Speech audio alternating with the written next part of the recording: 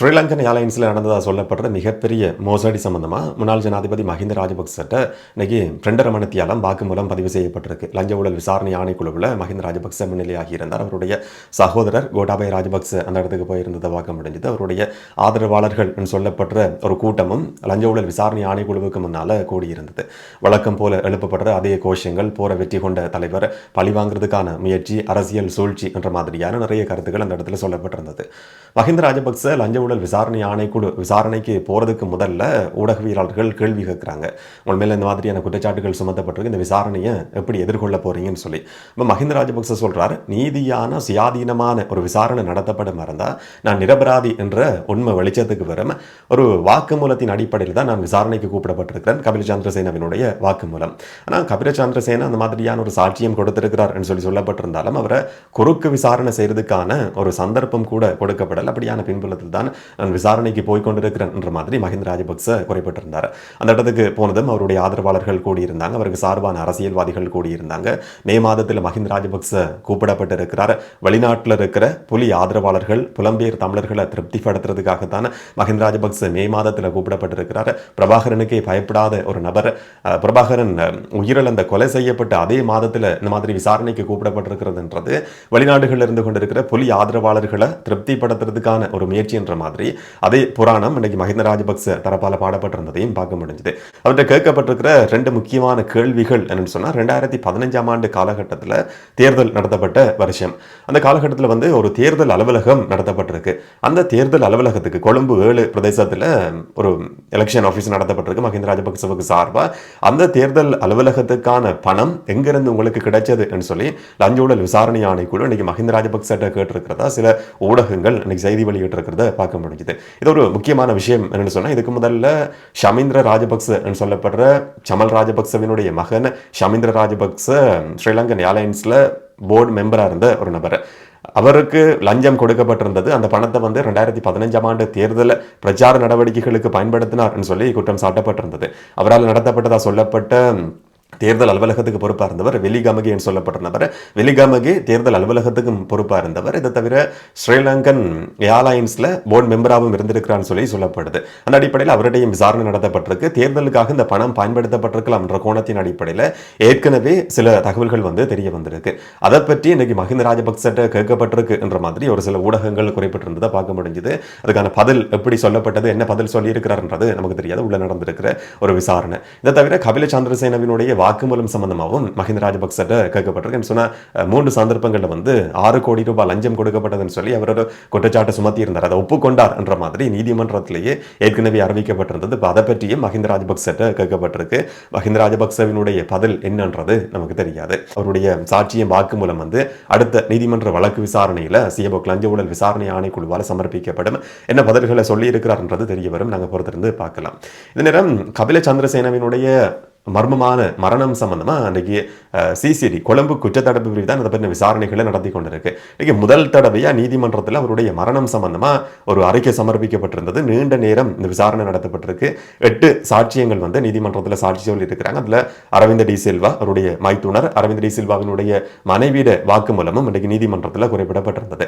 இதை தவிர கபில சந்திரசேனவை பிணையில் எடுக்கிறதுக்கு போலியான உறவினர்கள் சொல்லி சைன் பண்ணினா ஏற்கனவே 2 பேர் கைது செய்யப்படுறாங்க. ரிஸ்வான் சொல்லப்படுற ஒரு நபரும் இர்ஷான் சொல்லப்படுற ஒரு நபரும் இப்போ விளக்கமறியல வைக்கப்பட்டிருக்கிறாங்க.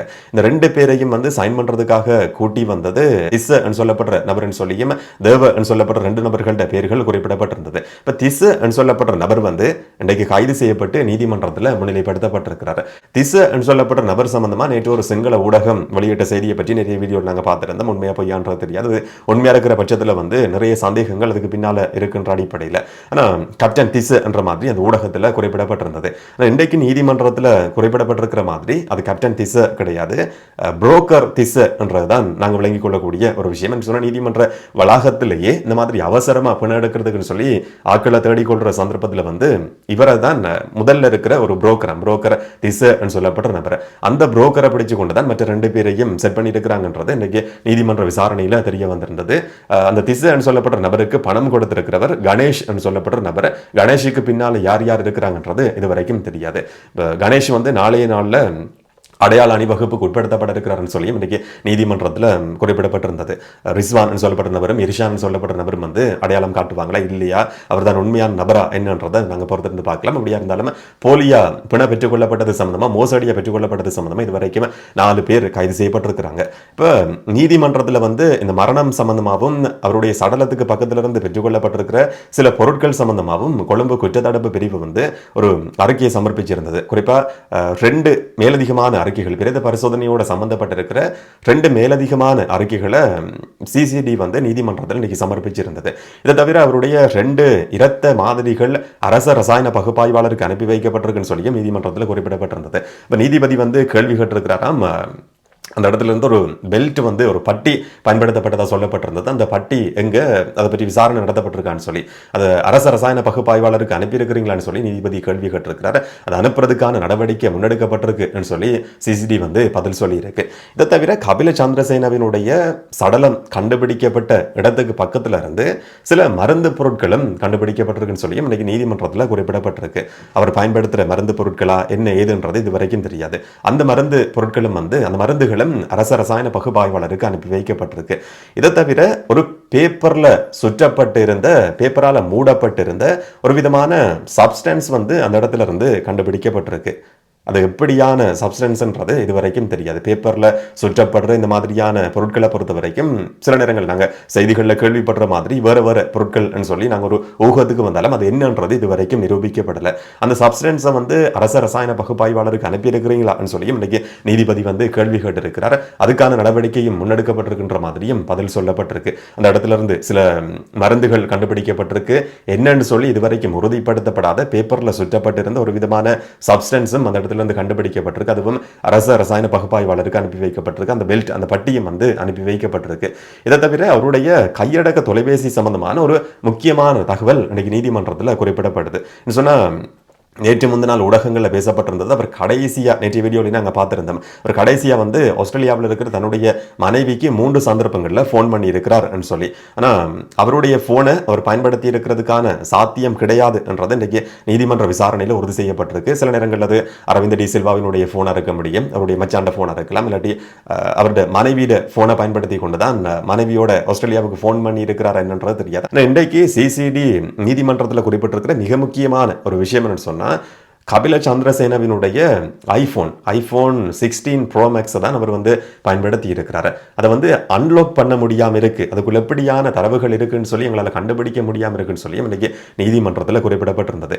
சொன்னால் அட்வான்ஸ்டான லாக் பண்ணால் அதை எடுக்க முடியாது. எப்படியுமே அவர் வந்து ஃபேஸ் ரெகக்னிஷன் தான் போட்டிருக்கிறார், ஃபேஸ் லாக் பண்ணி இருக்கிறார். அவர் உயிரிழந்ததுக்கு பிறகு அவருடைய சடலத்தை பயன்படுத்தி கொண்டு அதை அன்லாக் பண்ணுறதுக்கான முயற்சியும் வந்து விசாரணை தரப்பால் முன்னெடுக்கப்பட்டிருக்கு. ஆனால் எப்படியுமே அந்த முயற்சி வந்து தோல்வி அடைஞ்சிருக்கு, ஃபோனை அன்லாக் பண்ண முடியாம போயிருக்கு. இதனால இன்னைக்கு நீதிமன்றத்தில் முன்வைக்கப்பட்ட ஒரு கோரிக்கை என்னன்னு சொன்னா, ஆத்தரைஸ் பண்ணப்பட்டிருக்கிற அங்கீகரிக்கப்பட்ட ஒரு முகவருக்கு இந்த போனை கொடுத்து அன்லாக் பண்றதுக்கான தீர்மானம் எடுக்கப்படணும். இல்லாட்டி வந்து மேனுஃபேக்சருக்கு, இந்த போனை தயாரிச்சிருக்கிற அந்த நிறுவனத்துக்கே போனை அனுப்பி நீதிமன்றத்தினுடைய உத்தரவின் பேர்ல வந்து அன்லாக் பண்றதுக்கான ஒரு தீர்மானம் எடுக்கப்படணும்னு சொல்லி சிசிடி வந்து இன்னைக்கு நீதிமன்றத்தில் ஒரு கோரிக்கையை சமர்ப்பிச்சிருந்தது. அந்த கோரிக்கைக்கு நீதிமன்றம் அனுமதி கொடுத்திருக்கு.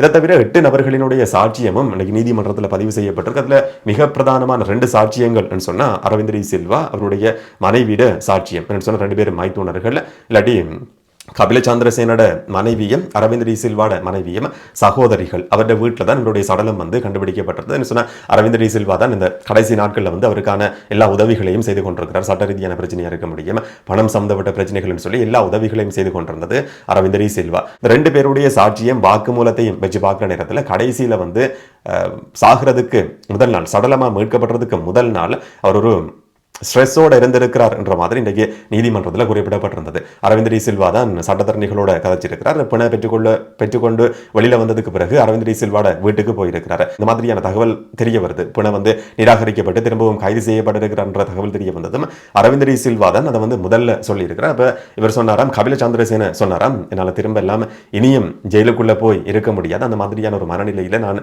இல்லை என்ற மாதிரி குறிப்பிட்டிருக்கிறார். ஒரு ஸ்ட்ரெஸ்ஸான மனநிலையில வந்து கடைசி மனத்தியாலங்கள் இருந்திருக்கிறார் என்ற மாதிரி இன்னைக்கு இவர்களுடைய சாட்சியத்தில் வந்து குறிப்பிடப்பட்டிருந்தது. இன்றைக்கு வந்து எங்களுடைய வீட்டிலேயே நீங்க தங்குங்கன்னு சொல்லி அவருடைய மகண்ட அறையை வந்து தயார்படுத்தி கொடுத்திருக்கிறாங்க.